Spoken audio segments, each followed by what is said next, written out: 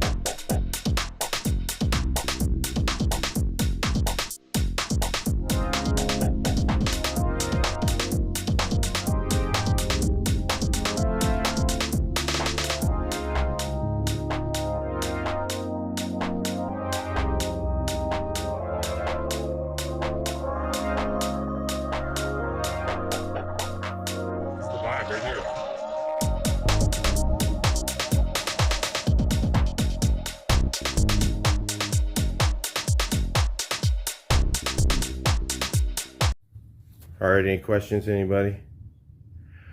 What we're going to do now is cut out, this is the new piece. We're not going to sister them together. We're going to cut along the top edge here of the frame. We're going to leave this particular top piece because that's our good reference point and it's in good shape. But we don't want to have continuous 13 gauge all the way along. And then we'll put it in there, weld it. As long as we have this portion lined up, then the back edge we know is going to line up. So that's how we're going to do it. We got both sides set up that way. And so now we can actually lop off whatever frame we need. So we're going to take off like whatever, about say right in here, back, and then the inner, this piece right in here, this whole section is going to come off. You'll see that on hyperlapse. And then put this on. We'll clean this up really good right here where we know it's going to be mated, and we know that this is just a little bit below, you know, just the thickness of the metal, and we'll just mate it up there, put it on, and we should pretty darn close to the exact same frame. It might be a little bit off, but like I said, you know, we're saving a car that there's no way to save this car. You know, there isn't, you know, nobody's going to save this. This one's going to get, this one was scrap, you know. So we're going to make it work, and it's going to work, and it's going to be fine. But if people think, oh my God, you know, whatever, it's just, you know, we're saving the car. That's what you're doing when you do these things. You're saving an old car. Is it going to be perfect like brand new? Close, but maybe not exactly. In fact, it might be a little bit stronger.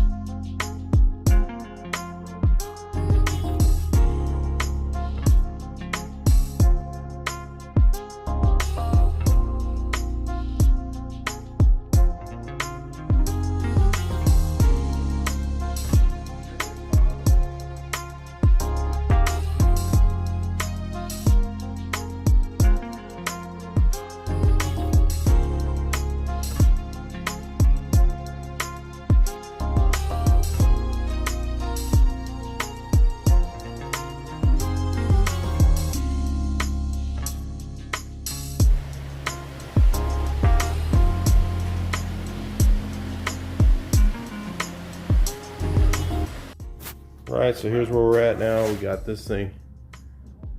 Don't ask what that's for. No, we got all this thing lined up. We know that we've measured the other buses, and the frame from right here to back here is 4 inches taller. So we knew that. We had to figure that out because we also looked at our corner, and we measured from the existing frame on the corner to where it mounts. Let me show you what I'm talking about. Okay, so the top of this frame to the bottom of this piece, which is the same as the top of that thing, okay, was 4 inches different. So this frame had to be 4 inches taller. We checked the other buses, and that's what we came up with on those. So that's what we're gonna run with. Hopefully we're right, but this should be 4 inches taller than this part. So anyway, we'll keep cutting and welding. They're not filming the welding because it seems to mess up my cameras, so I don't really want to mess up this brand new one. I'll take you to the next portion. All right, so here's where we're at. We got this in, this cleaned up again, and got this gusset in here. We made this piece here, making 2 of these, 13 gauge again. And they go, how do they go? Like that. And then this is going to tie right into the horseshoe frame. Instead of being behind it like that, nice and strong that way. And we got that piece we got to weld in right there. Same thing on this side. We got to bring all that together. So that's where we're at. Just so you guys know, somebody commented about, Steve commented about the, he found a diagram of the frame. Our track, we measure from, we actually did this without even using their diagram, because I just know from experience of doing stuff. We measure from there. Still haven't got that corner in place yet. We would measure from that bolt, this bolt all the way up to the front, and we were exactly perfect for the track, so that's our most important thing. We do measure from here to the ground. We know that it's 4 inches above that. That's what we found as best we could find on specifications. We've measured from here to the ground, both sides. A lot of people think you need to have some sort of a laser level and lasers. I mean, they built these cars with none of that stuff. I mean, so basically, if your ground's level, you can use that as a pretty good reference. I mean, it's going to be within specification. There's nothing that's perfect. And some people, you know, if you're doing something like this, you know, don't beat yourself up if it isn't 100% perfect. There's specifications. It has to, you know, if it's a little bit off this way, it's just going to fight you a little bit with the parts. If it's bad from here to the front, you're going to have a major issue. We got that 100%.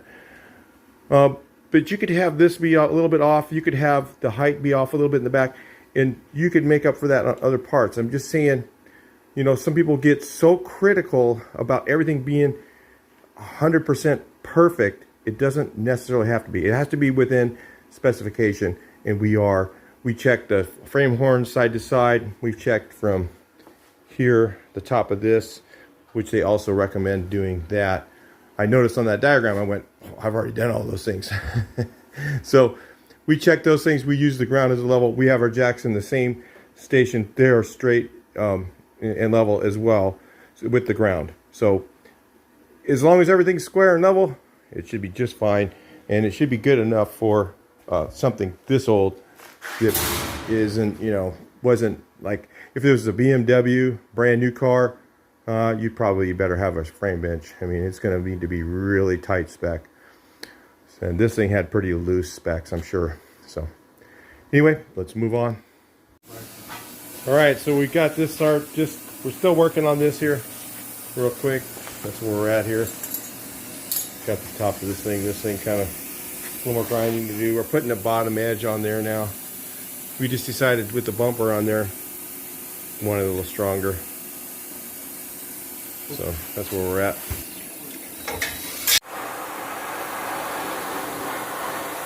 Get a little closer.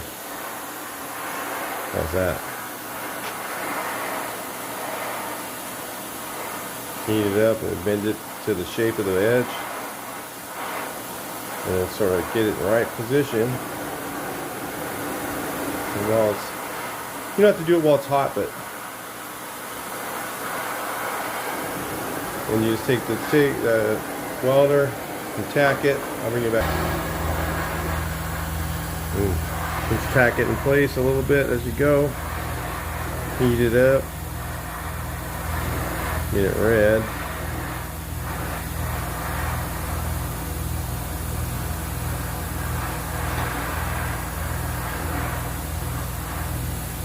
Just follow that shape.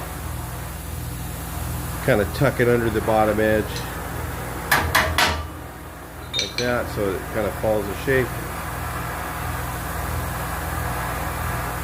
And when it starts to not follow it again, you tack it again. That's how we're doing it.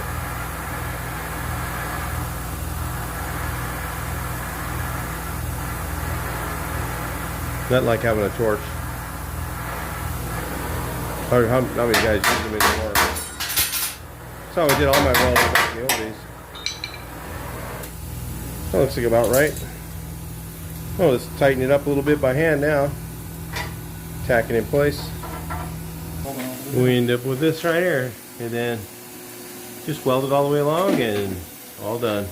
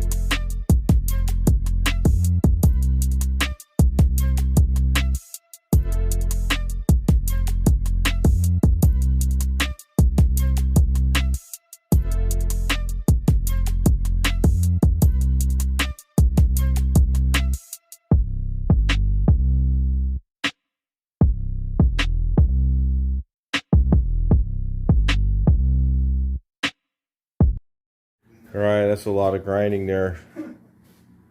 Lots of stuff all over the place. Gotta clean up now. So we're pretty much, we'll do some touch-ups on this and bring you guys back and show you guys what we did. But all we gotta do is put this on both sides. We're gonna center it on that. It wasn't, I mean, one of them was off center and one of them was on center. It's like, whatever, you know. Depends on who's working that day, I guess. It's not that critical, it's just a shock mount, but we'll weld it back on really good. And if you notice here, we got a layer going down, 13 gauge, welded, and then ground down, and then another layer of 13 gauge, gusset.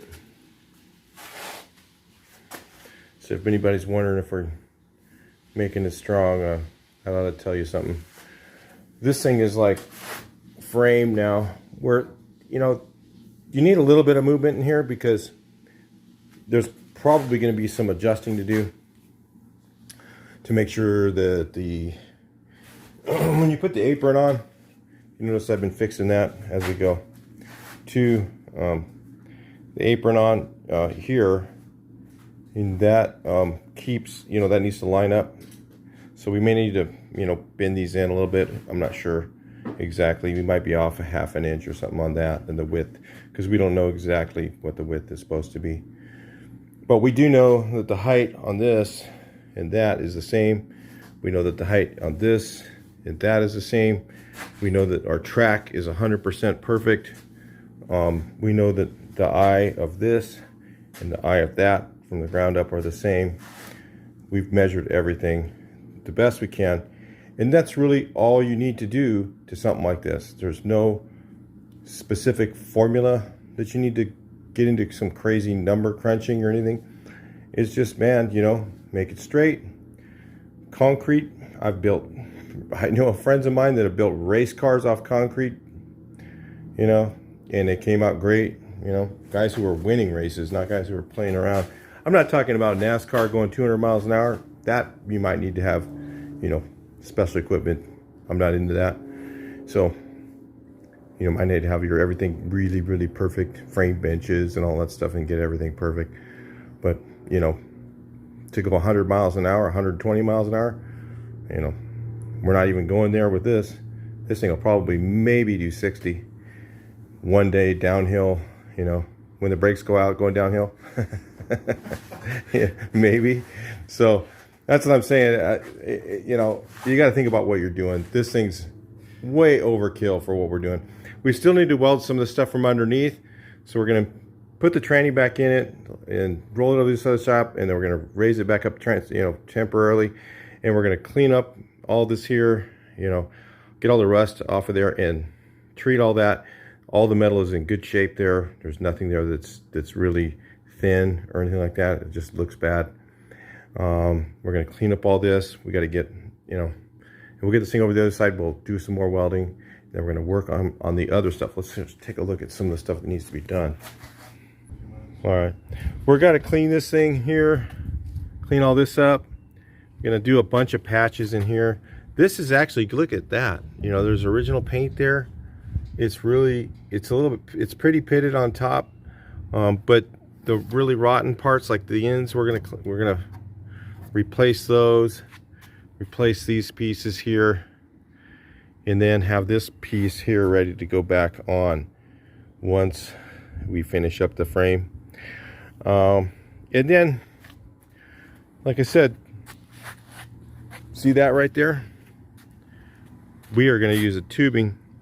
That's our tubing frame for the top part, for all this part up here, for those. And we are also going to, we're kicking it around right now. We're pretty sure how we're going on this is we're going to actually make the entire frame for the cargo, or the whatever it's called, treasure chest support frame, whatever it is, underneath. Cargo floors on a bus, whatever they are on this, I don't know. Same type of thing. We cut those out with the plasma cutter. Done. That's where the pipes go. We still need to, we're going to build some metal up here. Probably do that before we put these cargo floors in. We're just going to put all the metal back up together here. We're going to build up our support for that post that goes right here. But we left that one in place so we know where it goes. You can measure it all you want. And see this thing right here? Let's say if you measured from here. Do you remember where you measured from? Plus that sucker's pretty rotten. We're going to do some work to it. So I leave them there sometimes for a reference. That's why I do that stuff. These I already took off. We know right where they go. We have them all marked on the new frame. So pretty easy to figure out. We'll make that part, then we'll start stacking stuff on. You guys will be surprised. This back will go together very quickly. It could be done and really not a lot amount of time. It's just and a lot of that stuff, a lot of the where the work is all this little stuff. I mean, if you look at all this little stuff, like making this little stuff, patch panels, making this piece where it's rotten, you know, some of that, you know, over there where there's just little patches. Even if you were to replace this whole section, that would be taking some time. So those little things are where you really get bogged down, like repairing this thing. I don't think I'm gonna be able to buy one. I'm not sure. BBT wants to help us out, just so you know, and he's all for it. So BBT in Europe, anybody looking for parts, BBT, Bob is in Belgium, and he's the main supplier for that whole area, that region of the earth. So if you need something, check BBT's website. We don't know how much we're going to be able to get from him because the shipping cost is so much. But he's going to see what we can do. Maybe we can get some of the smaller stuff from him. So we're probably going to go there on some of that stuff. We're going to get a laundry list together here and figure out everything that we need for this thing. So there's a lot of parts, but a lot of it I'm going to make. You guys will be surprised. A lot of the stuff that's going to be like the floor supports, we're going to make those. So if you're on a real tight budget building something, or you end up with a real tore up thing like this, you're going to want to really watch some of these videos, because we're going to show you guys how to make the floor supports and all the tubes and everything. We're going to make all of those. We're not buying anything from a parts store. We're doing all of that by hand. So the thing we are going to buy is the cargo floor, the outside sheet metal parts, like this thing here. We're going to buy that, the skin for that. We're probably going to repair the right side core panel and turn it into an early. I'm not sure on that yet. We're going to kick that around. The left side, we're probably going to make the entire one and put the repair side rocker on it. So if you have one of these trucks, these videos are going to be really helpful if you're tight on money and you want to figure out how to make some of this stuff. So anyway, we're going to do that. Like this part, we're probably going to make outside sheet metal. That side, I'm pretty sure I'm going to make. We are going to buy the dog legs, the whole dog legs. We're going to have to buy a whole door. They're expensive, but we're going to have to buy it. And that's going to be an issue right there. It's going to be a huge expense for that. We're going to save the bumpers, you know, but a lot of the back sheet metal, we either have it because we have those two beat up corners, or we're going to make it. So it'd be really cool to watch. And we can repair things. We're probably going to get some of the parts, like I said, we'll get some stuff that isn't expensive to have shipped, sent over, and we're working something out with Bob right now. So anyway, really good guy over there in Europe. Great place if you need to if you're going to buy something and have it shipped over, call BBT and talk to him. He's the guy to do it. You know, he's the guy to help you out with that. Or if you're bringing something from Europe and you want to take it to the US, again, Bob is the guy. He's the one who does a lot of that stuff and will help you out and get your stuff sent over. And he's a main supplier for all the metal for building one of these. So anyway, I'll talk to you in the next video. Please like, share, and subscribe.